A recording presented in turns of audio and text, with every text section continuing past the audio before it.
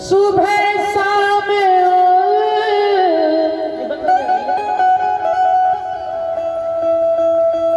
सुबह शाम और दोपहर धीरे धीरे क्या हो रहा है बोलो। चली जा रही है उम्र, एक बार गाओ। चली जा रही।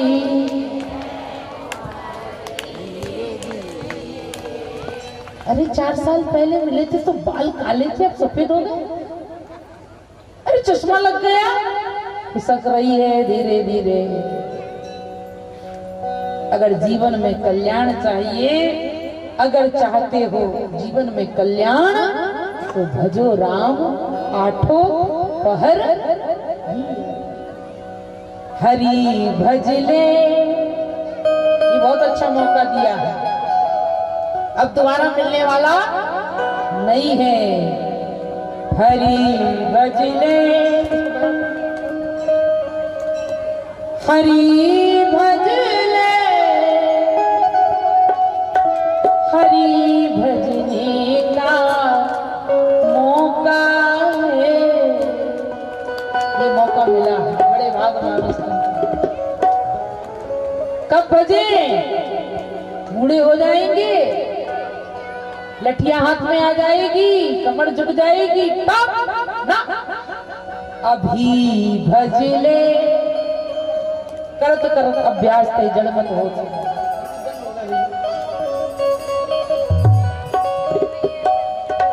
अभी भजो, इसी समय भजो। काल करे सो आज कर और आज करे सो अब। Present time is gold. ये प्रेजेंट पास्ट फ्यूचर को छोड़ो, प्रेजेंट को ध्यान में दो। भविष्य और वर्तमान को, भूत को छोड़ो, वर्तमान पर ध्यान। अभी भजले अभी भजले, क्योंकि अभी भजने का मौका है। हरि भजले बोलो।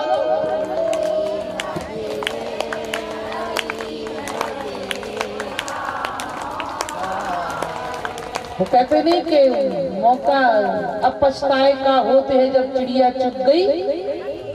अब बुढ़ापे में दांत नहीं, हाथ नहीं, काम नहीं बने। लोग कह रहे क्या करने, बुढ़ापे में भजन भजन करना है। बुढ़ापे में भजन होता नहीं। अपन के दादा भजन करो, भजन बस।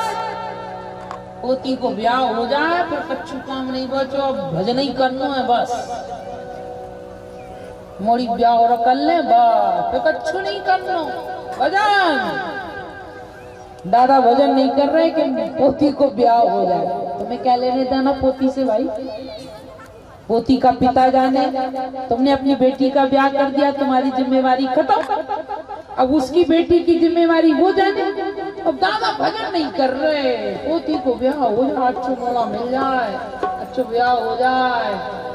दादा जहाँ से भजन नहीं कर रहे, पोती को ब्याह हो तब भजन करें। और घर वाले ब्याह जहाँ से नहीं कर रहे कि दादा निपट जाए तब ब्याह करें। ये भ्रम है। सत हरि भजन जगत सब सपना, उमा कहूँ मैं अनुभव। 50 के बाद झंझट में नहीं पड़ना चाहिए। 50 के बाद कौन सी गिनती आती है? बोलो हिंदी में। क्या कहती है? 51 घरे मत रहो, चलो वन में। अब हो गई तुम्हारी घर की आयु खत्म। क्योंकि 50 के बाद वानप्रस्थ अवस्था प्रारंभ हो जाती है। 25 तक ब्रह्मचर्य, 50 तक गृहस्थ और उसके बाद 75 तक वानप्रस्थ और 75 से 100 तक संन्यास, ये 4 आश्रमों की व्यवस्था बनाई। तो गिनती भी कहती बन चलो, और अपन कहाँ मान रहे भाई। महाराज मनु ने इस बात को माना। जहां वानप्रस्थ की अवस्था हुई, सर्वस राज सुतहि रप दीना, और नारी समेत गवन बन कीना। अगर बन ना जा पाओ तो घर में वानप्रस्थ आश्रम के नियमों का पालन करो। घर में ही रह के भोजन करो ना, नहीं अगर वन में जा रहे हो।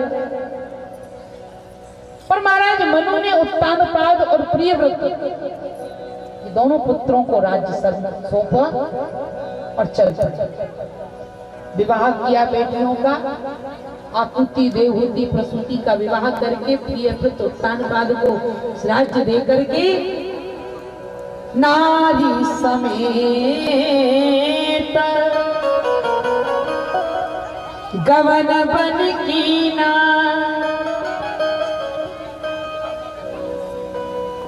सब कुछ छोड़ दो, अपनी पत्नी के साथ तपस्या करने चल जाते। लोग कहते हैं अरे पत्नी के साथ भजन, वन में पत्नी के साथ भी भोजन देखो, भगवान को प्राप्त किया। पंथ जात सोहई मति धीरा, ज्ञान भगत जन धरे। ज्ञान और भक्ति परमात्मा की प्राप्ति के लिए निकलते। चलते चलते परमात्मा की प्राप्ति हुई। देखा आपने, दुनिया को बनाने वाले भगवान को बनाया। भय प्रकट कृपाला, तुलसी के राम जी पैदा नहीं हुए हैं, तुलसी के राम जी का जन्म नहीं हुआ है, तुलसी के राम जी प्रकट हुए।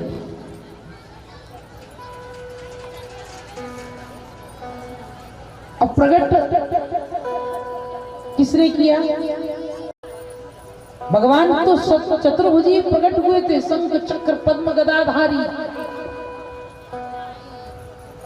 माता कौशल्या ने देखा, कहा आप आए हैं? भगवान ने कहा आपका लल्ला बनकर आया हूं, आपका बेटा बनकर आया हूं। मैया बोली बेटा बनकर आए हो कि 4 फीट का 5 फीट का लंबा चौड़ा हट्टा कट्टा बेटा पैदा होता है? पुत्र बनकर आए हो कि पिताजी बनकर आए हो? भगवान बोले क्यों? बोले साधारण माताओं के तो कोई बालक जन्म लेता है तो ये सब नहीं होता। शंकर चक्र गदा पद्म लेकर थोड़ी बालक जन्म लेता है। भगवान बोले तो भगवान मैया ने कहा अभी दासी आएंगी, क्या हुआ? मैं कहूंगी लल्ला कब हो? बोले 5 मिनट पहले। इतना छोड़ो तो क्या करें? मैया बोली सबसे पहले तो अपना रूप छोटा करो।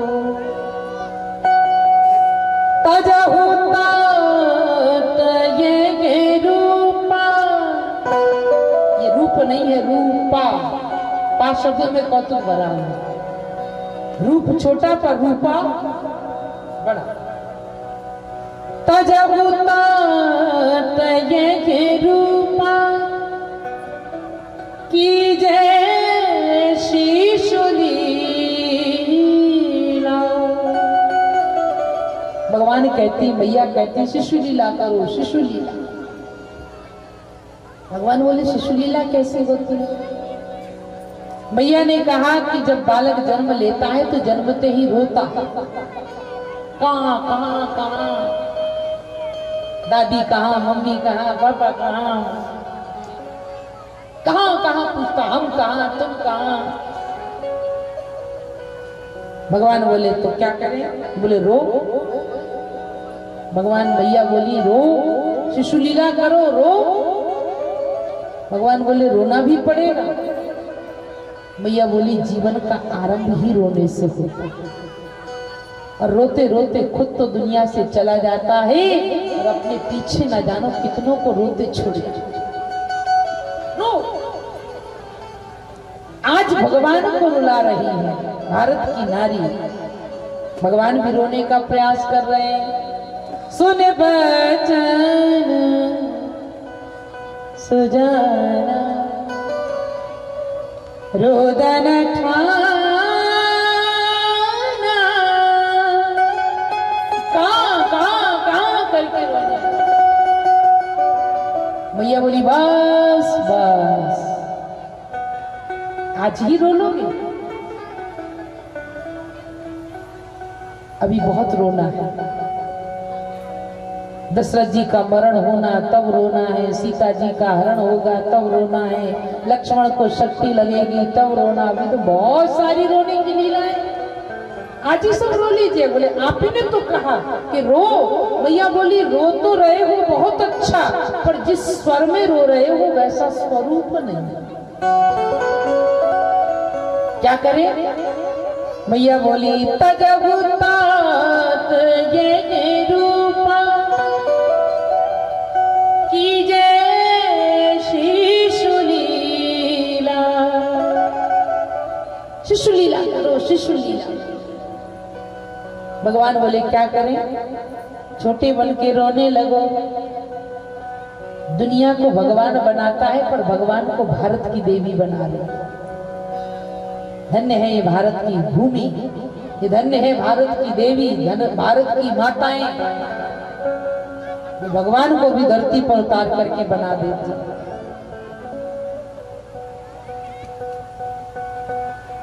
और भगवान ने छोटा सा रूप बनाया। सुन बचन सुजाना रोदन ठाना होए बालक सुन। और तुलसीदास जी बोले भगवान के रोने के स्वर को सुन करके महाराज जी यह चरित्र जी गावई हरि पद पावई हे न परई भव। और भगवान का रोना क्या रोना था। आज दशरथ जी महाराज के जीवन का रोना समाप्त हो गया। गोस्वामी जी ने लिखा दशरथ पुत्र जन्म सुने काना, दशरथ पुत्र जन्म सुने काना, मानव ब्रह्मानंद समाना, मानव ब्रह्मानंद समाना। ओ दशरथ पुत्र जन्म सुने काना, दशरथ पुत्र जन्म सुने काना।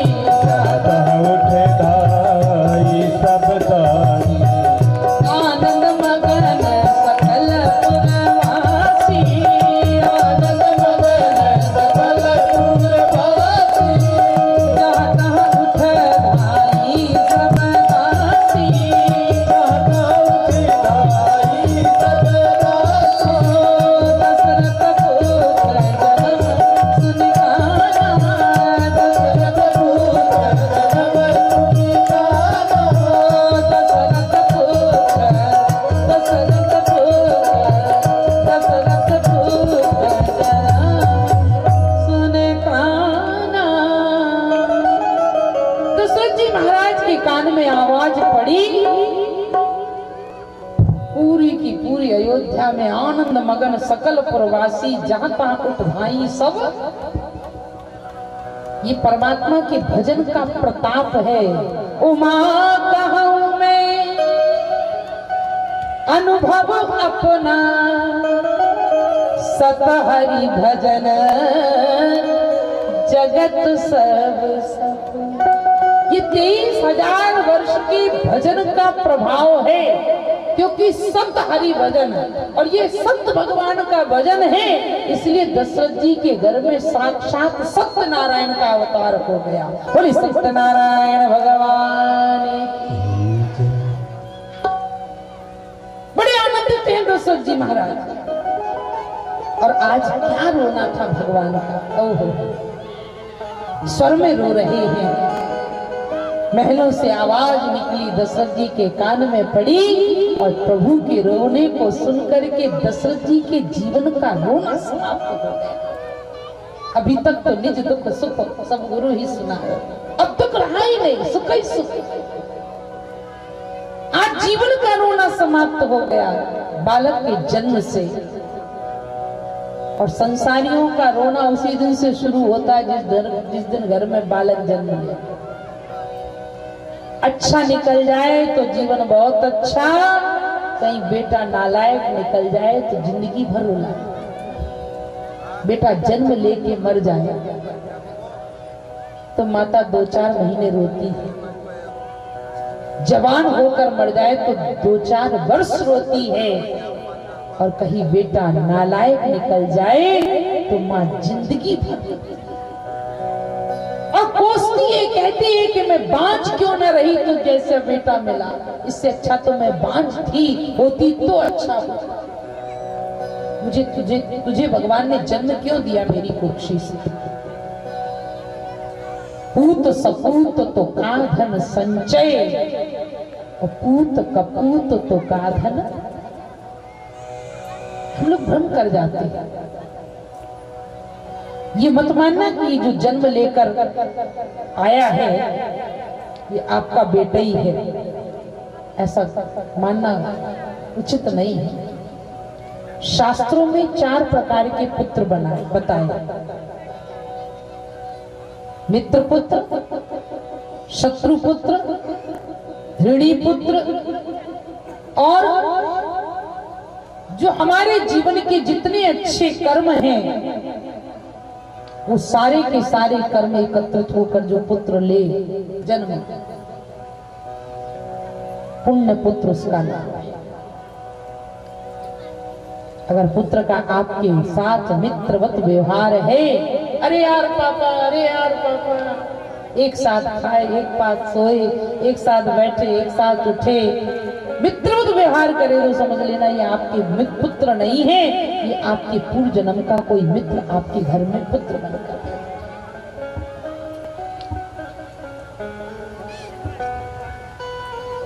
मित्र पुत्र। और कई पुत्र, एक होता है ऋणी पुत्र। आप इस जन्म में वो व्यक्ति से जिससे ऋणी नहीं, ऋण नहीं हो पाए ऋण से, तो वो व्यक्ति आपके घर में पुत्र बनकर जन्म लेता है। झोपड़ी की जगह महल खड़ा कर देता है, साइकिल की जगह मर्सिडीज गाड़ी लाकर खड़ी कर देता है, खूब सुख देता है, खूब ऐश्वर्य आपका बढ़ाता है। अगर आपका पुत्र ऐसा कार्य करता है तो समझ लेना ये आपका पुत्र नहीं है, ये पूर्व जन्म का आपका ऋणी है जो इस जन्म में पूर्ण होने आया है। ऋणी पुत्र, मित्र पुत्र, और एक होता है शत्रु पुत्र। आपसे बदला नहीं ले पाया आज इस जन्म में आपका शत्रु, तो आपके घर में पुत्र बन के जन्म लिया, आपकी संपत्ति को बर्बाद किया, आपके सम्मान को बर्बाद किया, आपको रोज रुलाता है, रोज मारता है, पीटता है, दारू पीकर आता है, गाली बकता है, अपशब्द बोलता है, आपका कहना नहीं मानता है, समझ लेना ये आपका पुत्र नहीं है, ये पूर्व जन्म का शत्रु है जो जन्म में पुत्र बनकर आपसे बदला लेने आया। और एक होता है पुण्य पुत्र। जितना धर्म पुण्य दान यज्ञ जप तप पूजन भजन जो कुछ किया हो, सारे के सारे पुण्य जितने आपके सुकृत हैं, सारे सुकृत एकत्र करके आपके घर में पुत्र बन करके जन्म लेते हैं, जैसे दशरथ जी के घर में राम जी ने जन्म। ये कौन है राम? दशरथ सुकृत। ये राम जी नहीं आए हैं दशरथ जी के घर में, ये दशरथ जी के सुकृत जितने थे, अच्छे शुभ कर्म थे, अच्छे कर्म, वो सारे के सारे कर्म देह धारण करके आए। बेटा हो या बेटी, दशरथ सुकृत राम धर देहि, और जनक सुकृत मूरत वैदे। बेटा ही नहीं, बेटियां भी ऐसी होती हैं। हाँ, IAS IPS बनकर, कलेक्टर मिनिस्टर बनकर माता पिता का गर्व से माथा ऊंचा कर देते हैं। पिता सीना ठोक कर कहता, महाराज ये मेरी बेटी नहीं है, ये मेरा। ऐसी बेटियां भी हैं। कई बेटियां भी ऐसी होती हैं जो माता पिता का नाम बढ़ाती हैं, और कई बेटियां ऐसी भी होती हैं जो माता पिता को समाज में मुंह दिखाने लायक नहीं छोड़ती, नाक कटा देती हैं, ऐसे कर्म कर देती हैं, ऐसा कृत्य कर देती हैं। पिता तो जीते जी मर जाता है, मां तो अर्थिक होती है अपनी अगर बेटी गलत कार्य करे। इसलिए बेटियों को सावधान रहना चाहिए। अगर बेटे के हाथ में एक कुल की मर्यादा है, तो बेटियों के हाथ में दो दो कुल की मर्यादा है। पुत्री पवित्र किए कुल दो। आपको दो कुलों की मर्यादा बचाना है, मामा की मर्यादा भी, पिता की मर्यादा भी, ससुर की मर्यादा भी। अगर अच्छा कार्य करोगी तो लोग गर्व से कहें, देखो फलाने की बहू, फलाने की पत्नी, फलाने की बेटी। इसलिए बेटियों को बहुत सावधान रहना चाहिए। उस समय तो एक सीता का हरण रावण ने किया था, एक रावण था। आज हर गली में, हर मोहल्ले में, हर चौराहे पर, हर नगर में, हर शहर में, हर नगर पर न जाने कितने राक्षस खड़े हुए हैं उन सीताओं का हरण करने के लिए। पवित्र देवी, पर तुम्हें अपने रूप को, अपनी कुल की अच्छा एक बात और बता दूं मैं, पिता इतनी अपेक्षाएं लेकर बैठा है, अच्छी बहू लाऊंगा, अच्छा बेटे का विवाह करूंगा, पढ़ा लिया लिखा लिया, अब अच्छी बहू लाना है। माता पिता कल्पना कर रहे कि अच्छी बहू घर में लाना है, तो पता चला कि घर में झाड़ू पोछा लगाने वाली को लेकर बेटा भाग गया। क्या प्रतिष्ठा है, सपना टूट गया। और जब समाज में चार लोगों के बीच बैठने लायक पिता को नहीं छोड़ा। इसलिए पिता, पुत्र और पुत्रियों को, दोनों को मैं संदेश देना चाहती हूं, हर व्यक्ति को अपनी कुल की मर्यादा को ध्यान में रखना चाहिए। किसी की पर्सनालिटी, किसी का स्मार्टनेस देख करके, किसी को बढ़िया अच्छी बॉडी देख करके, किसी का अच्छा रंग देखकर, हेयर स्टाइल देख करके आकर्षित नहीं होना है।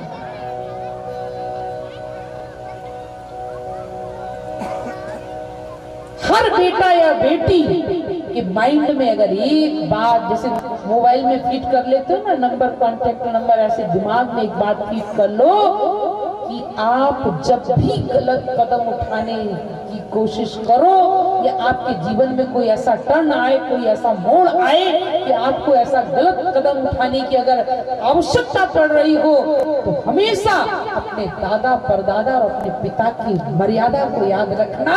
कभी आपका हाथ कदम कभी गलत मार्ग पर नहीं जाएगा।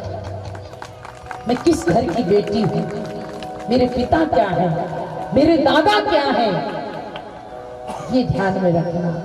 जिन माता पिता ने जन्म दे करके बड़ा किया, पाला पोसा, इच्छाएं पूरी की, और फिर बाद में बुढ़ापे में उन्हें समाज में मुंह भी ना दिखा पाए, ऐसा कृत्य नहीं करना है। बहुत संभल के रहना है। एक द्रौपदी का चीर हरण हुआ था, आज न जाने कितनी द्रौपदियों का हो रहा है। इसलिए माताएं भी अपनी बच्चियों को इतना स्ट्रॉन्ग बनाए, इतना स्ट्रॉन्ग बनाए कि वो किसी की चिकनी चिपड़ी बातों में आकर्षित ना हो जाए। लोग कहते थे पहले तो भाई बेटी की रक्षा पिता करता है, पुत्र करता है, और बचपन में पिता रक्षा करता है, जवानी में पुत्र करता है, पति करता है, बुढ़ापे में पुत्र करता है। कतबुद सृजी नारी जगमाई और पराधीन सपने सुख। पर आज कोई रक्षा करने वाला नहीं है, याद रखना।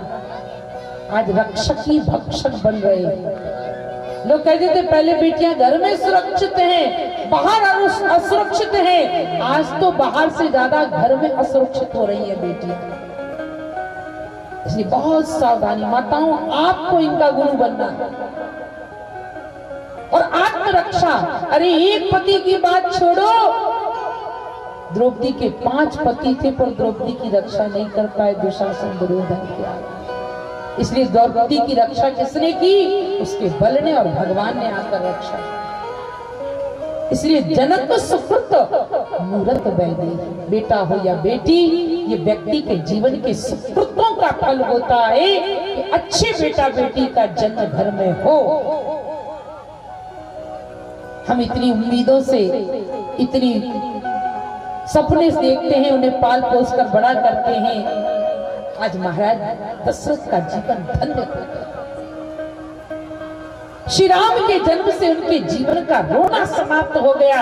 यह है पुण्य पुत्र का लक्षण, जिसने पिता के जीवन को रोना समाप्त करा दिया। और वो बेटा और बेटी को धिक्कार है जिसके कारण माता पिता को माथा पीट कर रोना पड़ा। इसका जीवन बेकार। महाराज सारी अयोध्या आनंदित है। आशुतोष भूत भावन भोलेनाथ बाबा भी अपने इष्ट आराध्य का दर्शन करने के लिए अयोध्या पधारे।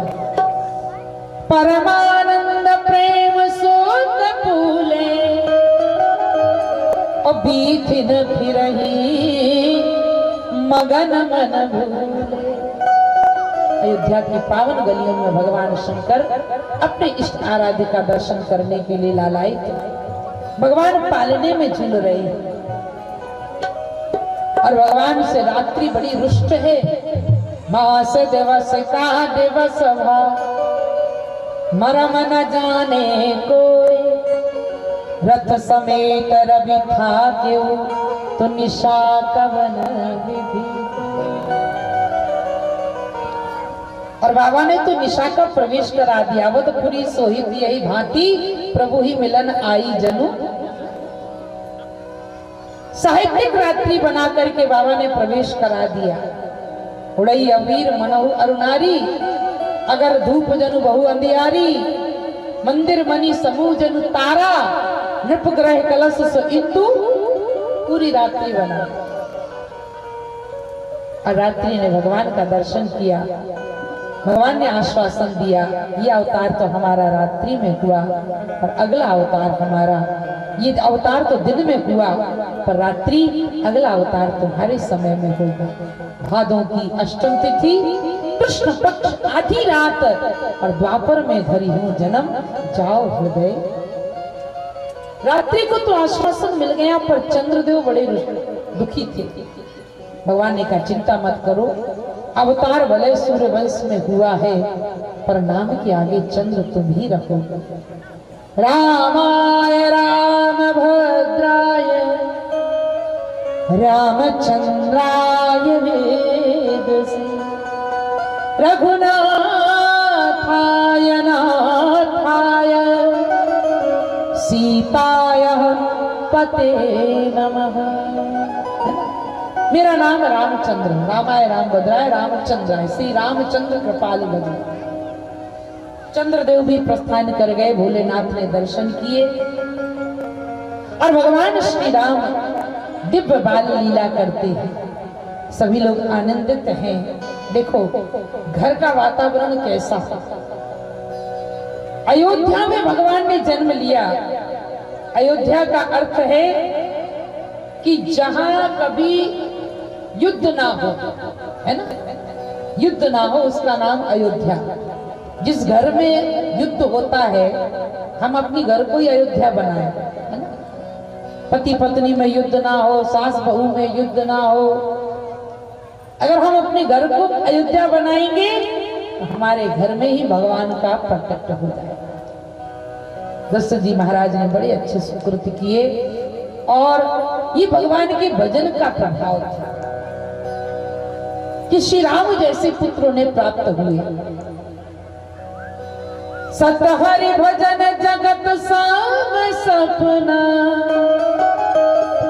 और उमा कहूं मैं अनुभव। जब सत्य भजन भगवान का करेंगे तो साक्षात भगवान को अवतार लेना होगा, ये निश्चित है। परंतु अयोध्या घर को बनाओ। कैसा बनाए?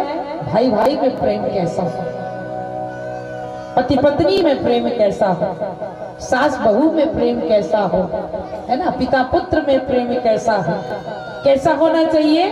लक्ष्मण सा भाई हो, कौशल्या सी माई हो, स्वामी तुम जैसा मेरे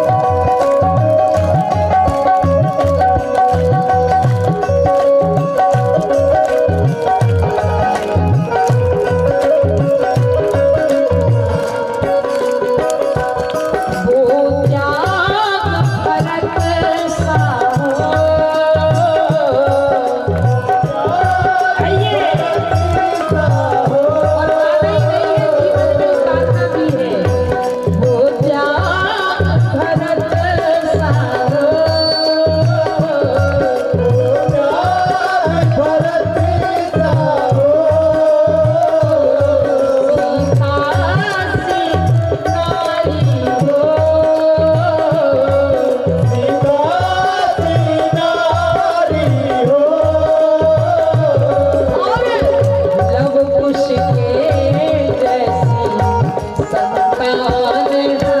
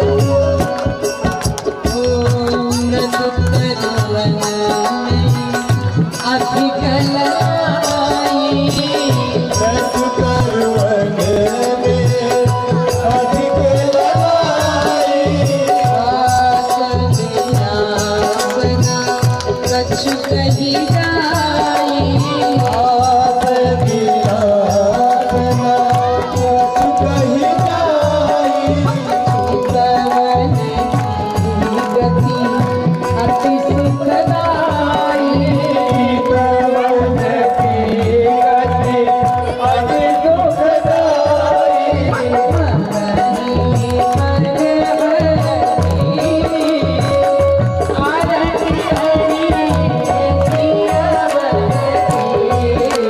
नख सिख छबीदार की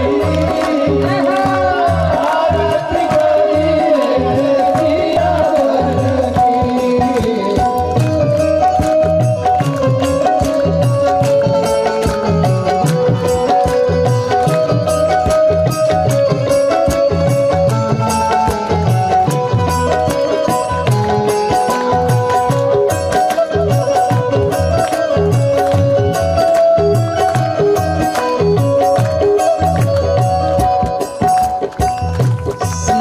सिंहासन पर चवर तुरत है सिंहासन पर चवर तुरत है ताल बजत जय जय उठत है ताल बजत जय जय उठत है सागर देव करत है सागर तुम देव करत है अनुचर जी आरती करिए सिया आरती करिए सिया